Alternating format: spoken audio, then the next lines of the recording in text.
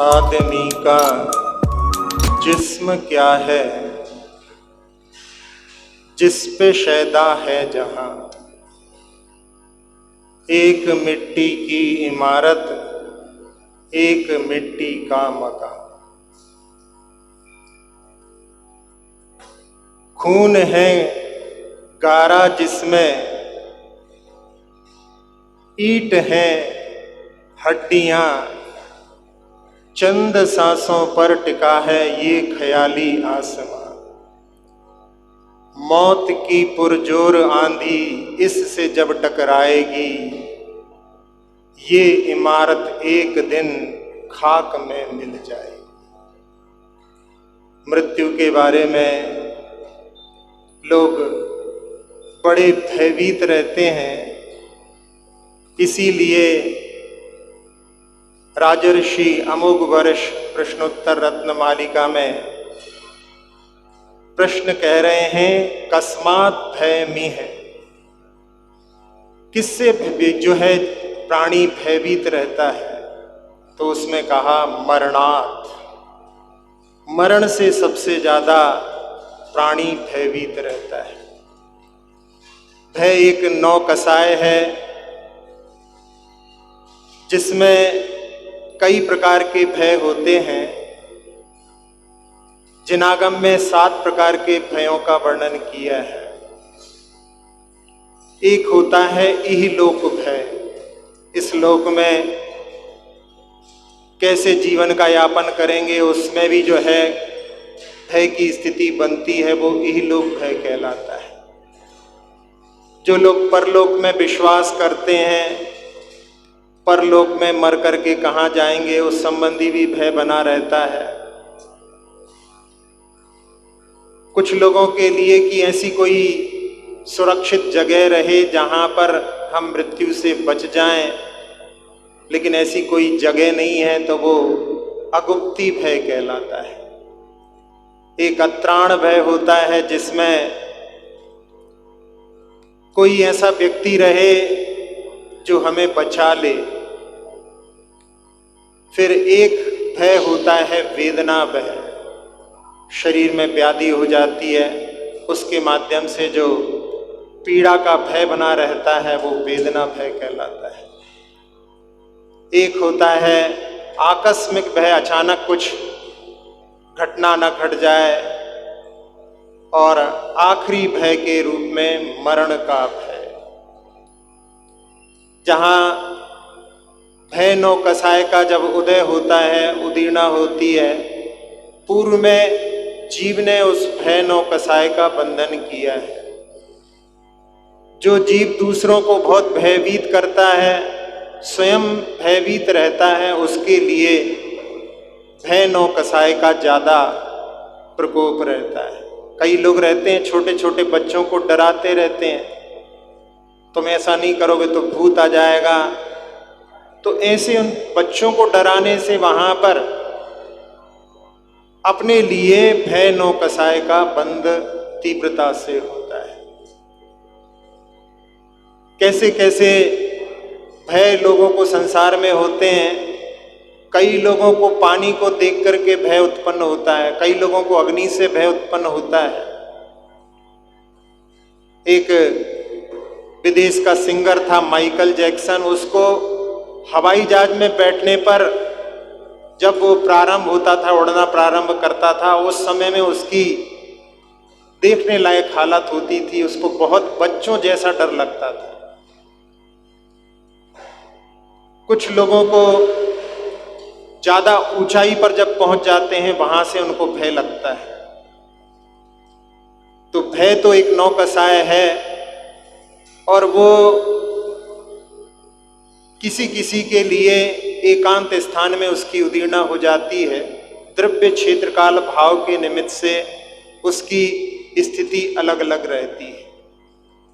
एक व्यक्ति एक साधु के पास पहुंचा और अपने लड़के को लेकर के गया था कि महाराज जी ये बहुत भयभीत रहता है, बार बार जो है डर जाता है।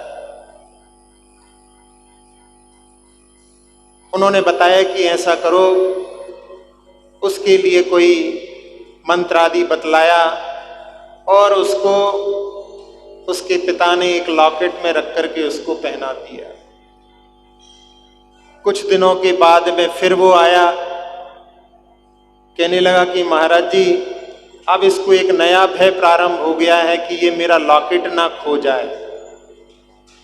मतलब जो है उस नौ कसाई ने वहां पर जब उदय उदीर्णा होती है तो कोई ना कोई ऐसा क्षेत्र या काल या द्रव्य जो है उसके माध्यम से उसकी उदीर्णा होने लगती है। कई लोगों को अंधेरे में भय लगता है, कई लोगों को एकांत स्थान पर, अभी यहीं पर हमसे पूछ रहे थे कोई कि आप छत पर अकेले रहते हो तो आपको भय नहीं लगता है? भय किस बात का? सबसे ज्यादा तो व्यक्ति के लिए मरण से भय लगता है। और जहां आत्मा के अस्तित्व पर जिस पर विश्वास जहां जिसके लिए होता है उसके लिए फिर कोई भय का साधन नहीं रह जाता। आत्मा की शक्ति के बारे में कि आत्मा एक द्रव्य है, वो कभी भी नष्ट नहीं होती, इसीलिए इष्टोपदेश में आचार्य पूज्यपाद महाराज ने लिखा है न मे मृत्यु कुतो भीतिर, कि मेरी मृत्यु नहीं होती, जिसकी मृत्यु होती है वो मैं नहीं हूं, वो शरीर है। जब ऐसी दृष्टि आती है तो मृत्यु से भी भय नहीं होता। जीव अपने मृत्यु से बचने का भी पुरुषार्थ करता है, लेकिन जितनी आयु लेकर के आया है उसमें तो कभी भी वृद्धि होती नहीं है। इसलिए मृत्यु तो अवश्य ही होती है, फिर उससे भयभीत होकर के व्यक्ति कहाँ उससे बच सकता है। एक वैद्य जी थे, उनकी वैद्यगिरी चल नहीं रही थी, बहुत पुरुषार्थ करने के बाद में भी उन्होंने सफलता नहीं मिली, तो उन्होंने भक्ति का सहारा लिया, भगवान की भक्ति की, और एक देव उन पर उनकी भक्ति को देख करके प्रसन्न हो गया। उसने कहा कि जब कोई मरीज आपके पास में आए तो उस समय में मैं उसके पैरों के पास यदि खड़ा रहूं, केवल आपको दिखाई दूंगा, तो समझ लेना कि इसकी अब जो है मृत्यु निकट है, कितना भी उपचार कर लो ये बचने वाला नहीं। लेकिन मैं उसके सिर पर खड़ा रहूं तो समझ लेना कि अभी जो है इसकी आयु अवशिष्ट है, आप उसको जो है कुछ भी चूरन आदि भी दे दोगे तो वो बच जाएगा। अब जो है वैद्य जी की बड़ी प्रसिद्धि हो गई। जैसे ही वो देखें कि पैर के पास खड़ा है तो वो जो है जल्दी से कह दें कि भाई इसको यहां से ले जाओ, अब ये बचने वाला नहीं है। और जो सिर के पास खड़ा रहे उसके लिए कुछ भी दे दें, वो बच जाए। धीरे धीरे धीरे इतनी प्रसिद्धि हो गई कि वैद्य जी के पास में जिस आराधना के माध्यम से जो प्राप्ति हुई थी उस आराधना को भी वो भूल गए।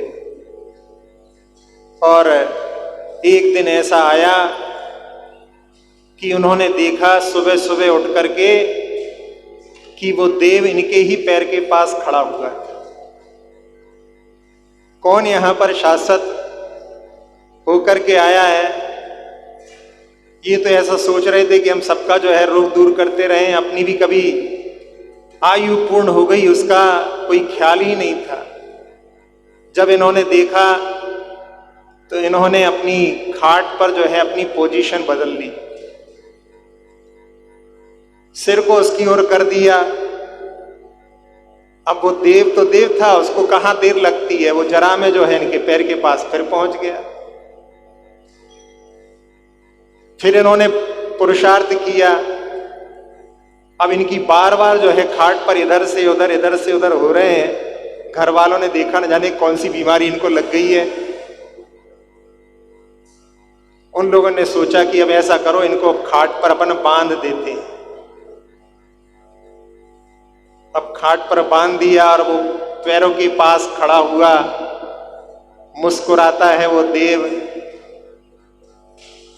वास्तव में यहाँ पर रूपक में केवल यही प्रसंग है कि जातस्य ही ध्रुवम मृत्यु, जो भी संसार में उत्पन्न हुआ है उसकी मृत्यु निश्चित है। फिर उस मृत्यु से क्यों भयभीत होना। जब मकान जर्जर हो जाता है तो मकान टूट जाता है, परिवर्तित कर लेते हैं, तो ये शरीर भी जब जर्जर हो जाता है तो उसकी मृत्यु निश्चित है। लेकिन फिर भी जीव उस बात को जो है स्वीकार नहीं कर पाता और उससे भयभीत होकर के बचने के पुरुषार्थ करता है, प्रयास करता है। बहुत सारे लोग तो भय के कारण ही मरण को प्राप्त हो जाते हैं।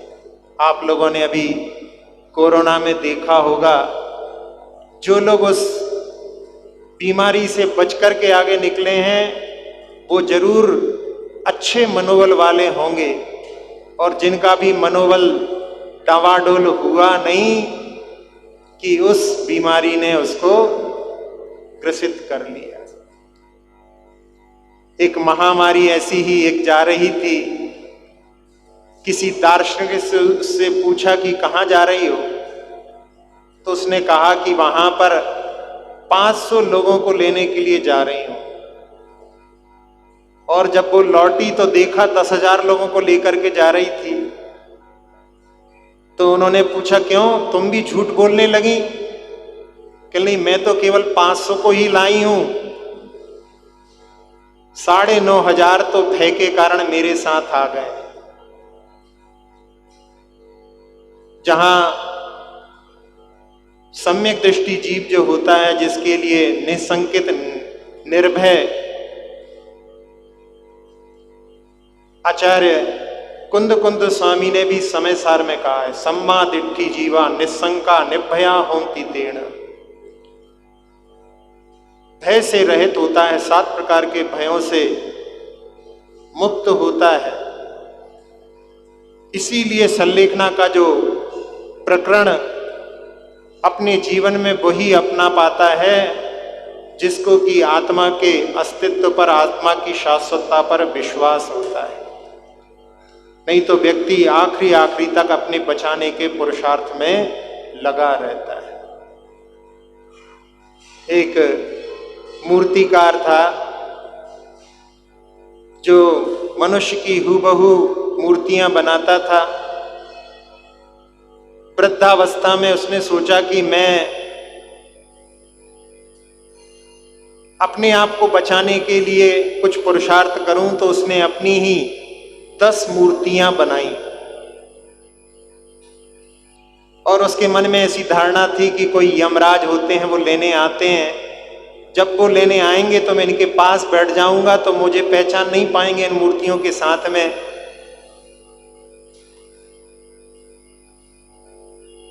और रूपक है, वास्तव में तो कोई यमराज नहीं होता, लेकिन कथाओं में केवल रूपक के रूप में बतलाया जाता है।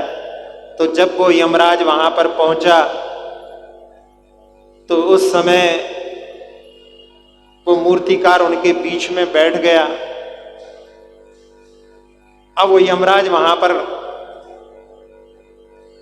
कि इसमें से कौन सा सही है समझ में नहीं आ रहा, सब एक से दिखाई दे रहे हैं। तो उन्होंने जो जीवित है उसके पता लगाने के लिए वहां पर कहा कि इन मूर्तियों में एक कमी रह गई है। जैसे ही वो सुनता है और बोल पड़ता है कि बताओ कौन सी कमी रह गई है, तो यमराज कहता है कि प्राणी अपने आप को कितना भी चतुर और सियाना समझ ले, लेकिन अपनी गलती को जो है वो स्वीकार नहीं करता है। तो जो जिससे भयभीत रहता है वो मरण कहलाता है। मरण के 2 प्रकार के भेद आगम में बतलाए हैं, एक तद्भव मरण जो आखिरी में होता है, और एक कहलाता है अवीची मरण जो प्रति समय होता है। प्रति समय जो आयु कर्म का निषेक एक एक एक एक खिरता जा रहा है, वो प्रत्येक समय में मरण जो है अवीची मरण के रूप में जाना जाता है। जब जीव मरण को प्राप्त होता है तो उस समय में परभव की आयु को बांध करके ही अपने पूर्व शरीर को छोड़ता है, जिसमें 2/3 आयु निकलने के बाद में पहली बार आयु बांधने का अपकर्ष आता है। ऐसे 8 अपकर्षों में यदि आयु को बांधता है तो ठीक, नहीं तो अंतिम में जो अंतिम अंतर मुहूर्त रहता है उसमें आयु को बांध करके ही वो प्राचीन शरीर को छोड़ करके नए शरीर की ओर गमन करता है। और आगम का एक ये भी वाक्य है कि जिसने परभव की आयु बांध ली है फिर उसका अकाल में मरण नहीं होता, क्योंकि बीच का जो आबाधा का काल है वो निश्चित हो गया है। कई ऐसे उदाहरण देखे जाते हैं कि बड़े बड़े एक्सीडेंट के बाद में भी प्राण नहीं निकलते, और कई बार देखते हैं आप लोग कि थोड़ा सा झटका लगता है और प्राण निकल जाते हैं। एक व्यक्ति फुल्की खा रहा था, 2 फुल्की खा पाया, तीसरी फुल्की में ठसका लगा। जिस फुल्की वाले ने फुल्की भर करके देने के लिए हाथ बढ़ाया तब तक वो व्यक्ति नीचे गिर गया, और उसको पानी आदि डाल करके छींटे लगाए, उसकी आंखें खुली, फिर जो है बेहोश हो गया। उसको हॉस्पिटल ले जाते उसने प्राण त्याग। शादी का महोत्सव चल रहा है, बहुत सारे मेहमान आए हुए हैं, गद्दों का ढेर लगा हुआ था, वो गद्दों का ढेर पीछे से फिसल गया, छोटा सा बच्चा उसके पीछे दब गया, किसी को पता नहीं पड़ा, और थोड़ी देर में वो बेचारा मरण को प्राप्त हो गया। तो आयु का कोई भरोसा नहीं, लेकिन जिसकी एक बार आयु बंध जाती है फिर उसकी जो है जितनी बाकी बची हुई अवशिष्ट आयु है उसको पूर्ण करके ही वो मरण को प्राप्त होता है। द्रव्य क्षेत्र काल भाव के परिवर्तन से भी अकाल मरण से बचा जा सकता है। एक पौदनपुर के राजा के लिए निमित्त ज्ञानी ने घोषणा की कि आपकी मृत्यु बिजली गिरने के माध्यम से होगी। उन्होंने पूछा कि इससे बचने का कोई तरीका नहीं है। उन्होंने कहा कि आप किसी दूसरे को यदि राजा बना दें तो आप बच सकते हैं, क्योंकि उसमें आया है कि राजा के ऊपर बिजली गिरेगी। वहां पर वो अहिंसा धर्म का पुजारी था, उसने कहा कि मैं किसी को राजा बनाऊंगा, उसकी मृत्यु होगी तो मैं ही उसके लिए कारण बनूंगा। तो उस समय में एक स्टैच्यू, प्रतिमा के लिए राजा वहां पर बनाया गया और उसको वहां पर स्थापित किया। सारे लोग उसके साथ में राजा का जैसा व्यवहार करते थे, और जैसा वहां पर जिस निमित्त ज्ञानी ने घोषणा की थी वो घटना घटी, बिजली गिरी, और जिस स्टैच्यू के लिए राजा घोषित किया गया था वो टूट करके बिखर गई। राजा वहां पर सुरक्षित रहा क्योंकि उसने राज्य पद का त्याग उस समय कर दिया था। फिर उसने उस निमित्त ज्ञानी के लिए 100 गांव भेंट में दिए और एक नगर उसके लिए वहां पर समर्पित किया। तो ऐसे कुछ निमित्तों के माध्यम से भी, जिसमें द्रव्य क्षेत्र काल भाव के परिवर्तन के माध्यम से भी, इसीलिए अकाल मरण में जहां पर संभावनाएं होती हैं वहां पर बचने के लिए भी प्रयास किए जाते हैं। कुछ ऐसे जीव हैं जिनका अकाल मरण नहीं होता, स्वर्ग और नरक के जीवों का, भोग भूमि के जीवों का, और जो चरम शरीरी होते हैं उत्तम, जो कि 63 साल का पुरुष में चरम शरीरी होते हैं, उनका भी अकाल में मरण नहीं होता। बाकी सबका अकाल में मरण हो सकता है। जब जिसके लिए अपन जानते हैं अंजन चोर के रूप में, वो अंजन चोर अभी वास्तव में सिद्ध के रूप में विद्यमान है, लेकिन वो नाम उसका जो है अंजन चोर ही चला रहा है। राजपुत्र था, अपने मित्र के साथ में ऐसा कोई भयंकर अपराध कर लिया किसी गांव में आग आदि लगाने का, जिसके कारण में राजा ने उसके लिए मृत्यु दंड दे दिया। और मंत्रियों ने पुरुषार्थ करके कि ये मृत्यु दंड ना दिया जाए, उसके अपराध को वहां पर इस प्रकार से राजा के सामने प्रस्तुत किया कि राजा ने उसके लिए देश निकाला दे दिया। राजपुत्र था, व्यसनों की पूर्ति के लिए उसने अपनी किसी विद्या के माध्यम से ऐसा कि वो अदृश्य होकर के भी चोरियां करने लगा। और जब उसने एक वेश्या के कहने पर, जिसने कहा कि तुम रानी का हार ला करके दो, उसने कहा वहां तो बहुत खतरा है, तो वो कहती है कि तुम बड़ी बड़ी बातें करते हो कि तुम मेरे लिए चांद ला सकते हो, तारे ला सकते हो, यदि तुम ला करके नहीं दोगे तो तुम्हारा मेरा कोई भी संबंध नहीं।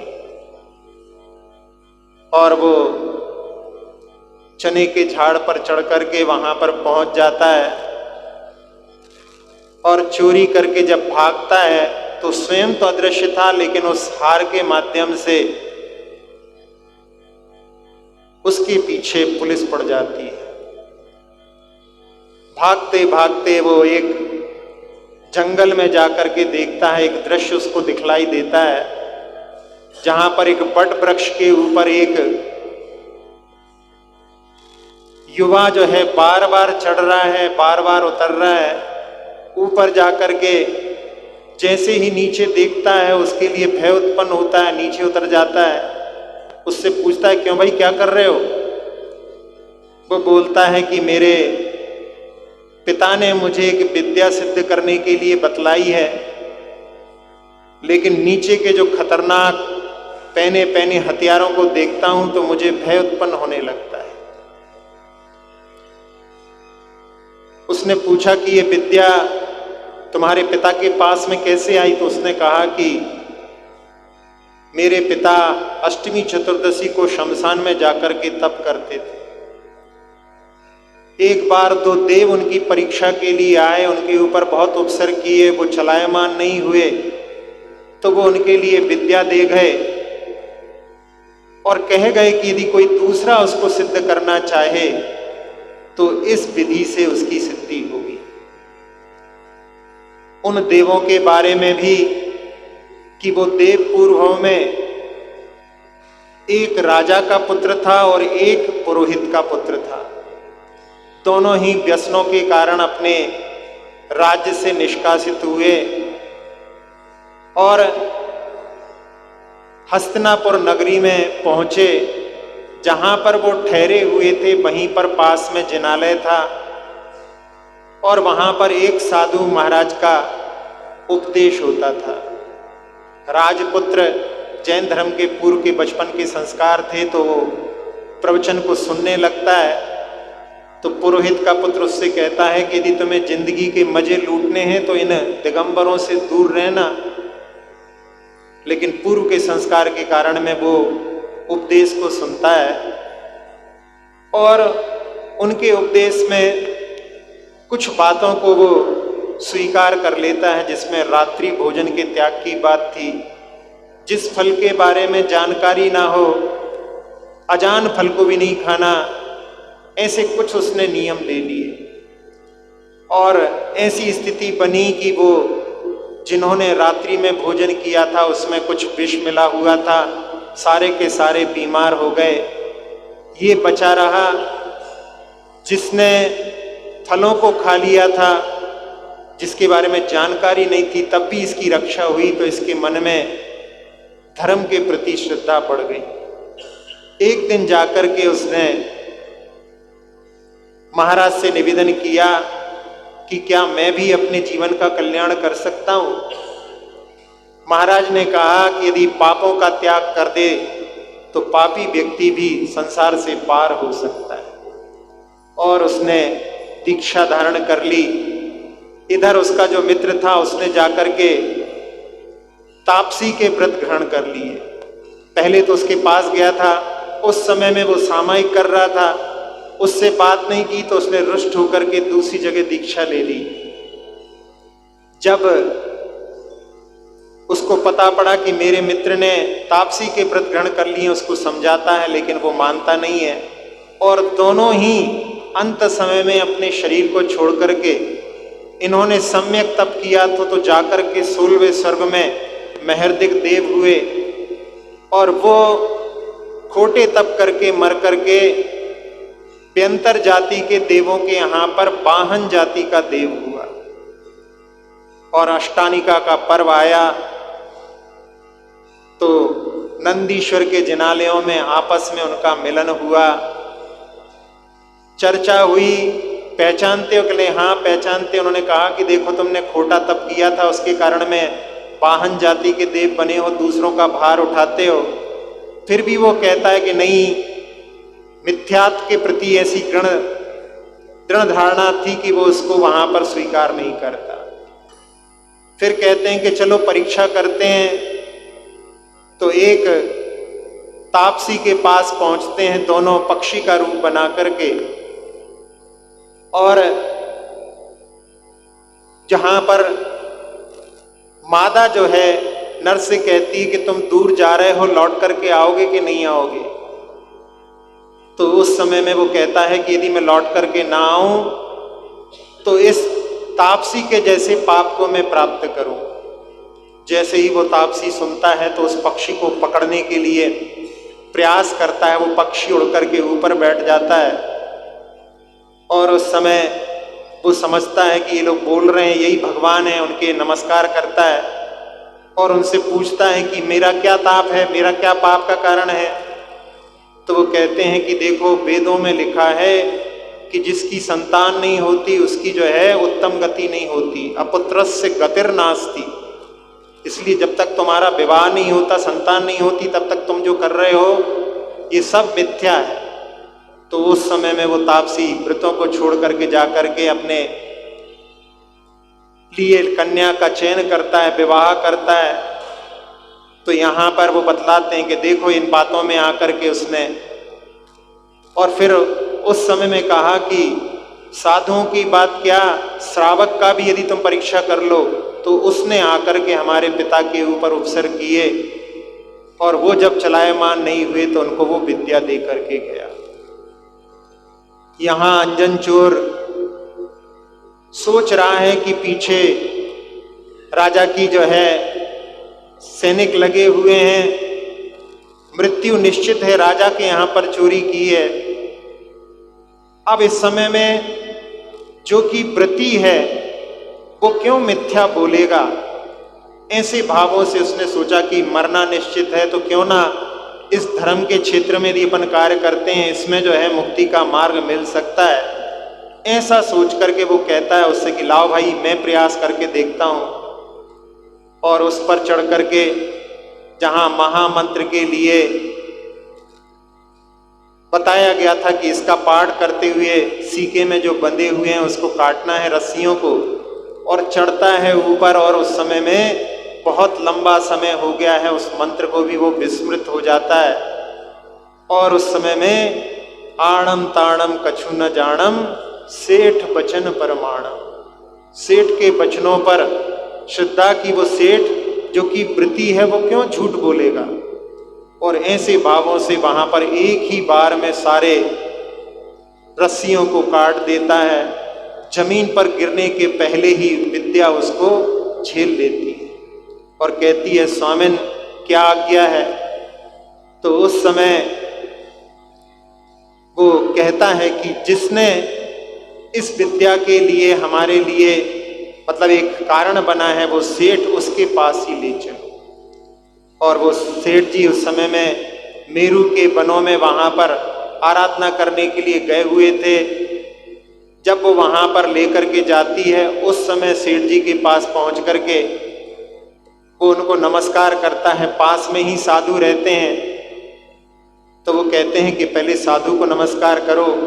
तो कहता है कि आपके माध्यम से मुझे ये विद्या प्राप्त हुई है, इसलिए मैं आपको पहले प्रणाम कर रहा हूँ। फिर उनके कहने पर जाकर के साधु को नमन करते हैं। और उस समय में सेठ परिचय पूछते हैं, तो वो कहता है कि मैं चोर हूँ। तो वो कहते हैं अब तुम्हें ये विद्या प्राप्त हो गई है, तो फिर तो इसके माध्यम से तुम सब जगह जो है चोरी करने जा सकते हो।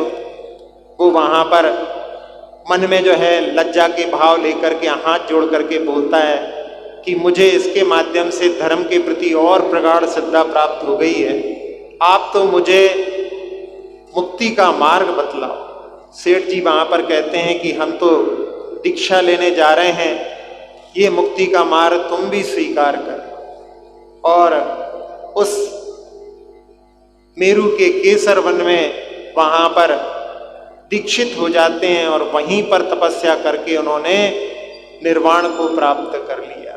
जो मृत्यु की स्थिति वहाँ पर थी, उस मृत्यु की स्थिति में भी उन्होंने अपने लिए कल्याण का मार्ग ढूंढ लिया। ऐसे ही एक मधु राजा की कथानक में आता है कि जहाँ पर शत्रुघ्न के साथ में उनका युद्ध चल रहा था, जब श्री राम ने उनसे पूछा कि तुम्हें कौन सी जगह चाहिए, तो वो कहते हैं हमें मथुरा का राज्य चाहिए। तो उस समय में श्री राम कहते हैं कि मथुरा पर जो मधु राजा राज्य करता है वो रावण का जमाई है, जिसके पास में एक ऐसा शूल रत्न है कि जो शत्रुओं को नष्ट करके वापस लौटाता है, देवों के द्वारा दिव्य दिया हुआ दिव्य है, जिससे हमें भी जो है रात्रि में नींद नहीं आती है। तुम उसी राज्य को क्यों मांग रहे हो? जब पता पड़ता है, उसमें रविशरण महाराज कहते हैं कि पूर्व भव में मथुरा में रह चुका है, इसलिए उससे उसकी प्रीति है। और जब वो नहीं हट छोड़ते तो उनसे कहते हैं कि केवल एक बात स्वीकार करो, जब उस मधु के हाथ में वो शूल रत्न ना हो तब तुम उससे युद्ध करना। और जब वहां पर पहुंचते हैं, पहले गुप्तचरों से पता लगा लेते हैं। वो अपनी पत्नी में मोहित होकर के वहां पर वन में था, उपवन में जो है आनंद में था। उस समय में जाकर के उसके शास्त्रागार को कब्जे में ले लेते हैं। और जब युद्ध होता है तो उस समय में उसके पास में दिव्य रत्न न होने के कारण में वो पराजित होने लगता है। उसके शरीर में पूरे घाव हो जाते हैं, मृत्यु के निकट रहता है। और उस समय में वो सोचता है कि मृत्यु मुझे वर्ण करने वाली है, उसके पहले मुझे अपने आत्मा के कल्याण के लिए कुछ पुरुषार्थ कर लेना चाहिए। और अपने सारे अस्त्र शस्त्रों को फेंक करके हाथी के ऊपर बैठे बैठे ही वो वहां पर अपने वस्त्रों का त्याग करके और केशलोंच करके दिगंबर मुद्रा को प्राप्त कर लेते हैं। इधर शत्रुघ्न जो कि अभी शत्रु मान करके वार कर रहे थे, जब उनकी उस दशा को देखते हैं तो अपने हाथों से उन अस्त्रों को फेंक करके उनके चरणों में आकर के नमन करते हैं। तो ऐसी यानी मृत्यु की स्थिति में भी जो अपनी कल्याण की भावना सोच लेते हैं वो धन्य होते हैं। इसलिए यहाँ पर जो राजर्षि अमोघ वर्ष का कि कस्मात भयमी है, संसार में किससे भय रहता है? मरण से भय रहता है। लेकिन जो मरण का स्वरूप समझ करके मरण के भय से ऊपर उठ करके जितना अपना जीवन मिला है उसमें आत्म कल्याण के मार्ग को प्रशस्त कर लेता है, उसके लिए संलेखना के माध्यम से मरण के समय में भी भय नहीं रहता। तो ऐसे मृत्यु के स्वरूप को समझ करके, और जहाँ पर जिनागम में मृत्यु भी एक महोत्सव बन जाता है, उससे भयभीत होने की, जहाँ पर यानी उससे भी किस प्रकार से, जैसे कि जब मयूर नृत्य करता है हंसते हंसते ही अपने पंखों को छोड़ देता है, ऐसे ही संलेखना के माध्यम से प्रसन्न चित्त होकर के शरीर को छोड़ देने की कला जो मृत्यु महोत्सव संलेखना कहलाती है, वो भी समस्त जीवों के लिए अंत में हम प्राप्त करें ऐसी भावना सबकी होना चाहिए, जिसके माध्यम से मृत्यु के ऊपर भी जो है आंशिक विजय प्राप्त होती है और पूर्णता विजय तो अरहंत भगवान प्राप्त करते हैं। सब लोगों को उस मृत्यु पर विजय प्राप्त हो, इसी भावना के साथ में अक्षर पद मात्रा से दूषित वचन अगर ममहीन रहे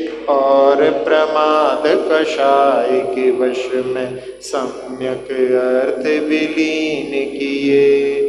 जिन वाणी माता मेरी उन सब त्रुटियों को क्षमा करें, दे आशीष शीघ्र